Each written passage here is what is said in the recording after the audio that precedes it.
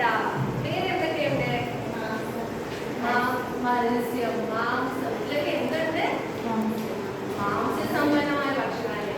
കൊഴുപ്പ് ധാരാളം അടങ്ങിയിരിക്കുന്ന ഭക്ഷണ പദാർത്ഥങ്ങൾ ഏതൊക്കെയാ? നെയ്യ്, പരിപ്പ്, എന്തുണ്ട്? എന്താണ്? എണ്ണ. ഇതിലൊക്കെ എന്തുണ്ട്? കൊഴുപ്പ് ധാരാളമായി അടങ്ങിയിരിക്കുന്ന ഭക്ഷണ പദാർത്ഥങ്ങളാണ്. നിങ്ങൾ എപ്പോഴെങ്കിലും ചിന്തിച്ചിട്ടുണ്ടോ നമ്മൾ പലതരം ഭക്ഷണങ്ങൾ കഴിക്കേണ്ട ആവശ്യമില്ല എന്താണ്? നമുക്ക് ഒരു ഭക്ഷണം തന്നെ കഴിച്ചുകൊണ്ടിരുന്നൂടെ? നമ്മൾ ചോറ് കഴിച്ചുകൊണ്ടേയിരുന്നൂടെ? വേറെ ഒന്നും കഴിക്കണ്ട? ആരോഗ്യം വേണം. വേറെന്ത് പറയാം? കൃത്യമായി പറഞ്ഞാൽ നമ്മുടെ ആരോഗ്യം നിലനിർത്താൻ നമ്മൾ പലതരം ഭക്ഷണങ്ങൾ കഴിക്കേണ്ടത് വളരെ അത്യാവശ്യമാണ്. ആരോഗ്യകരമായ ഭക്ഷണ രീതി എങ്ങനെയായിരിക്കണം എന്ന് കാണിക്കാൻ എന്തെങ്കിലും വഴിയുള്ളതായി നിങ്ങൾക്ക് അറിയാമോ? ഇല്ല. പ്ലേറ്റ് എന്ന് കേട്ടിട്ടുണ്ടോ? ഓക്കെ. അപ്പൊ എന്താണ് ആരോഗ്യകരമായ ഭക്ഷണ രീതി എങ്ങനെയെന്ന് കാണിക്കാനുള്ള ഒരു വളരെ എളുപ്പമുള്ള രീതിയാണ് എന്ത്? നിങ്ങൾ ഈ ചിത്രീകരണം ശ്രദ്ധിച്ചു. ചിത്രീകരണം കണ്ടോ? ഇതിൽ നിങ്ങൾക്ക് എന്തൊക്കെ കാണാൻ സാധിക്കുന്നു? പച്ചക്കറികൾ, പഴങ്ങൾ, ധാന്യങ്ങൾ, മാംസ്യം, ഇതെല്ലാം കാണാൻ കഴിയുന്നുണ്ട് അല്ലേ?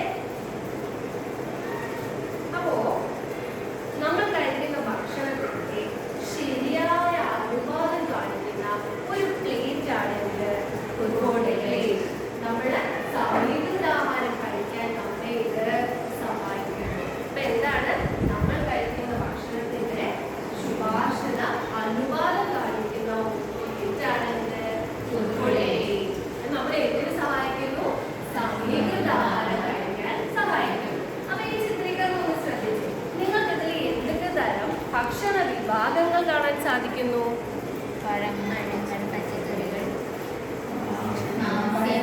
നിങ്ങൾ പറഞ്ഞതെല്ലാം ശരിയാണ്.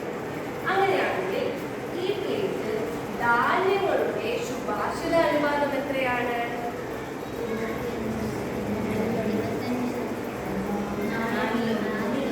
4/1.